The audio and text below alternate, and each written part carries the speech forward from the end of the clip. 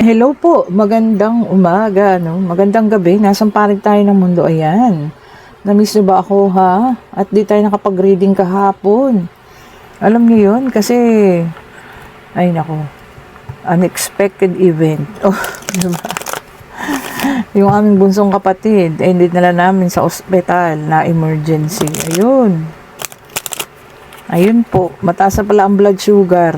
Oh, ay hindi nagsasabi.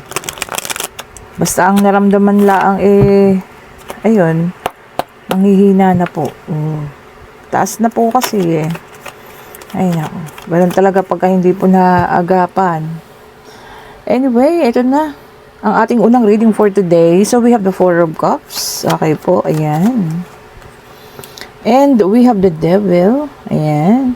Okay po. Meron tayo dito Six of Pentacles. Ayan. Ayan, isa pa. Ito yung umalis natin. Oh! And we also have the Eight of Cups. Okay. So, ayan ang ating unang first four ng spread ng card na. So, check ba natin kung ano pa ang paparating. Okay po. Then, meron tayong Two of Pentacles. So, may mga order nga po pala ha. Mamaya po ako yung magpapa-GNT. Tutulog lang tayo ng kaunti. Kasi magdamag tayo dun. Alas 6 na po kami nakauwi. Alas 6 ng umaga. Ngayon lang. And, meron tayong Two of Pentacles and we have the Queen of Cups. Grabe. Ang dami na ospital, mga bata. Ang dami po. Nakakaawa yung mga bagets. And then, we also have the Page of Wands. And we have the King of Wands. Okay. So, dito meron ako na isang taong nakikitang nagsisisi, no? Ayun, may remorse na siya, no? Ayan, may pagsisisi. Ay, gumalaw ang camera. May pagsisisi na siya. Definitely siya yung umalis, ano? Maaaring ikaw ay kanyang iniwanan. Nagkaroon kayo ng maraming emosyon. Okay po. Kaya lang, ang nakikita ko kasi dito, may kagustuhan man siyang magbalik. Ayan na. Ikaw kasi, nasa, ka na eh, no? Iba na yung landas na ginugusto mo eh. Kumbaga, talagang iniwanan mo na yan, ano? Ikaw mismo yung umalis. Ayan, ayaw mo na talaga. And, nandito ang ating Queen of Wands, no? Sabi ko nga, no gender specification, pwedeng lalaki or babae. Marami kang inaayos sa buhay mo ngayon. Marami kang ginagawa. Ang problema lang nga dito, no, gusto man niyang mag-reach out sa'yo, pero alam niya na hanggang doon na lang. Alam niya naman. O, diba? Alam niya naman po na tapos na. At alam mo yun, alam niya rin na yung ugali mo, na kapag ka talagang ikaw ang umayaw, wala na pong balikan. Di ba naman? Kumbaga, alam niya yun. Hindi naman yun, bago sa kanya. Siyempre, bilang ex-person mo, kilala ka ng taong ito. Di ba? Kahit gusto niya mag-try, no? Kahit gusto niya sanang, subukan. Alam niya naman na, kumbaga tanggap niya na hindi mo na siya mabibigyan pa ng isa pang pagkakataon. Oh, di ba? Saan pa kayo? Alam niya naman pala eh. Siguro alam niya rin na napakabigat ng ginawa niyang kasalanan sa iyo. Diba? Para magkaganyan ka. Para maging matigas daw ang puso mo. Saya siya nagsabi nun ha. And meron tayo ritong Nine of Cups. Okay. Ayun, siya rin, Nine of Swords, sorry po. Nakakaramdam din siya ng kalungkutan, guilt, lalo na kapag alam mo yon, talagang nararamdaman niya na hanggang doon na lang kayo, wala na talaga, no? So, isa pa yun sa nakakalungkot din sa kanya. And we also have the Three of Pentacles. Talagang gusto niya ng usap, no? Ayan, no? Kung hanggat maaari pa. Kung pa pwede pa, no? Bigyan mo siya ng second chance. Kung pa pwede lang. Gusto niya talagang mag-usap kayo pa. No, diba? Kaso, kilalang kilala ka nga niya. So, alam niya na yung sagot doon. And we also have the Three of Wands. Nakatalikod ka na. Ayan.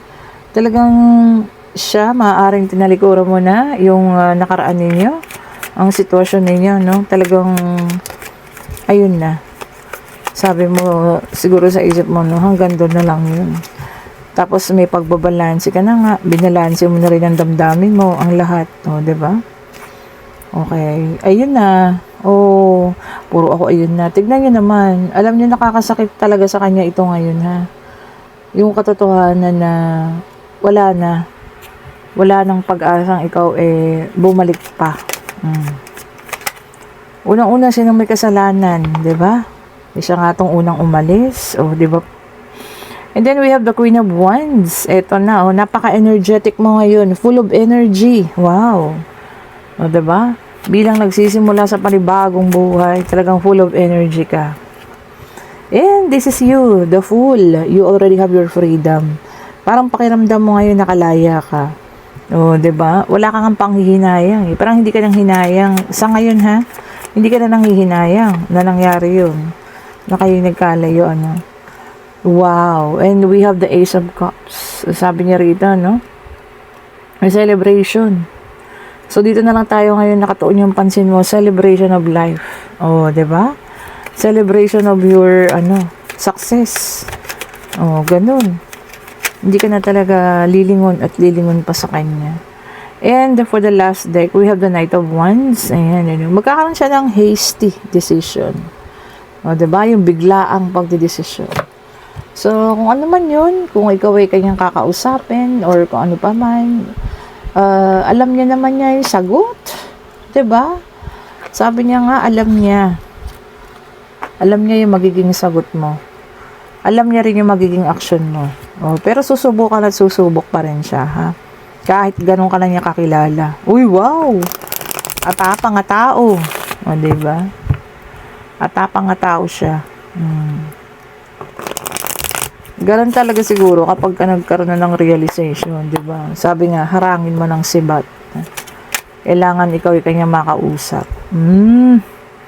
And meron tayong King of Cups, Water Sign, Cancer, Scorpio, and Pisces in reverse. Ayan.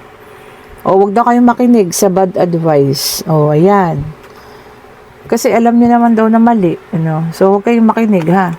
Kung hindi magandang advice na yan, it's a bad advice po. And we have the Earth sign, Taurus, Virgo, and Capricorn. Ayan. Sustainable results. Ayan, mga resultang makakatulong. Baka may iniintay kayo, ha.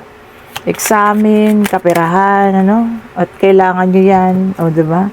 Ayan na raw po. Makakatulong daw sa inyo mga resulta na yan. And then we have the Five of Cups, Water sign, Cancer, Scorpio, and Pisces. Acceptance or pagtanggap. Malalim, Kailangan ng tanggapin, Kung talagang hanggang doon na lang, hanggang doon na lang po talaga, Acceptance, pagtanggap. And we also have the Judgment, fire sign. So, meron tayong water, earth, and fire. So, sa air sign yung wala, Sabi niya rito na meron kayong huhusgahan. Judgment. Sino yan? Na, alam niyo yun, huhusgahan ninyo. Maaring i-judge niyo siya base sa nakita ninyo. Pero sana wag naman. Kilalanin muna natin ang tao, diba? And we have the Five of Wands, sa fire sign ulit. Ayan, Aries, Leo, and Sagittarius. Sabi niya, disagreements. Argumento. Baka masakot daw po kayo, ha, sa mga argumentong yan. Po. Iwas-iwas tayo. Diba? Baka makasira pa sa magandang record ninyo sa trabaho. Kung trabaho man yan, ha. Or kung sa partner nyo man, gamutin nyo agad para hindi na lumala. Diba ba? Disagreement daw po or argumento. And then we have the King of Swords. Ito na ang air sign natin hinihintay, Gemini, Libra, and Aquarius. Yan. Sa ngayon, sabi niya rito, mas pipiliin mo ang desisyon ng iyong isip. Wow, head over heart. Kung ano man yan, ha, na iyong pagdidesisyonan, naway tama po ang maging desisyon mo, And meron tayo rito Queen of Wands, so fire sign in reverse. Ayan, self-respect. Yun, tama yun. Unahin natin ang respeto para sa sarili, ha. Ano pa ba? Saan pa ba mag-uumpisa? Di syempre sa sarili yun. Di po ba? Unahin natin palagi ang ating sarili, Self-respect, sabi nga. Respeto ang sarili. And para sa ating last card, ano, then we have the Devil Earth sign in reverse. Naka-reverse ang ating the Devil, ano. Sabi niya rito, no, detachment or paglayo. So, somebody might, ilalayo yung sarili niya sa'yo. Or, ikaw mismo ang ilalayo mo yung sarili mo sa kanila. No? Baka may something kang hindi nagugustuhan. Pwedeng mga barkada mo ito. Pwedeng mga kamag-anak mo, no? Na talagang, alam mo yun, or person mo, na ilalayo mo yung sarili mo. Dahil nga sa, hindi mo gusto yung mga nangyayari sa ngayon. Detachment. And, eto na, pwede na kayo magtanong pag-ibig, pangyayari, no? Financial, tanongin nyo na po, ha. Divine Universe, ano pong kasagutan sa kanilang katanungan po? Isa lang po, ha. Alam niyo, ang dalas ng mga baraha ngayon, na-miss nila ako. Kasi nasa ospital ako kanina, At ito po ang sagot ay yes. O ayan, giving and receiving. Sabi niya, ha. Kung ano ang iyong ibinigay, siya rin ang iyong aanihin. Oy, ang ganda nun, ha. Kung kabutihan, no. Let's say, kabutihan ang ginawa mo sa ibang tao, yun din daw po maani mo, kabutihan din ang igaganti sa'yo. O, diba? Ako naniwala talaga ako doon. O, example kanina, yung nagdala pala akong mask, nakalagay sa bag. O, di ba nasa ospital nga tayo? Syempre, hindi naman check up nang walang mask. O, di ba? Hanggang saan inabot, yung dadala kong isang balot na mask. Pinamigay ko po kasi siya. Ayun yun, kahit na maliit na bagay, di ba? Nakakatulong tayo, makatulong man lang. Lalo na yung mga talagang sobrang nangangailangan, lalo yung mga matatanda. O, simpleng mask lang yun, ha? Pero hindi mo akalain, nakagawa ka lang kabutihan. O, di ba? So, hopefully, no, yun sa inyo dyan, mga makakapunta ng, bibisita ng ospital. Ayan.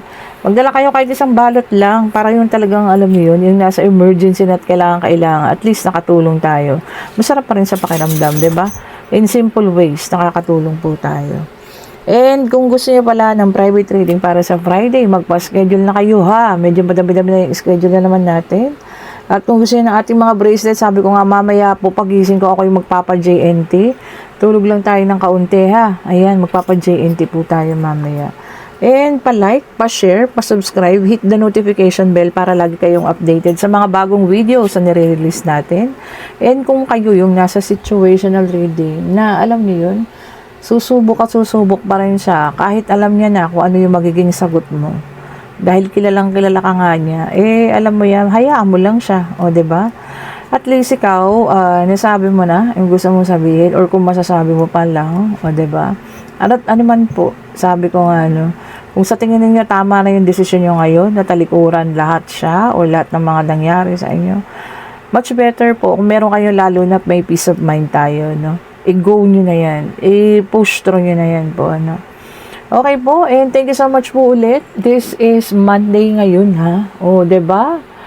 Ano pa ba? Monday ngayon, tignan natin. 19 na po. O, ayan, ng January. Pakabilis talaga ng oras. Sabi ko nga, kahit hindi nyo habulin, ang bilis ng takbo niya. Okay po, have a great morning po sa lahat, ha. Umaga dito sa Pilipinas. Stay safe po, ha. At ingatan ninyo ang katawan. Sabi ko nga, iisa lang ang katawang lupa natin, ha. Ingatan niyo po yan. Bye-bye po sa inyo.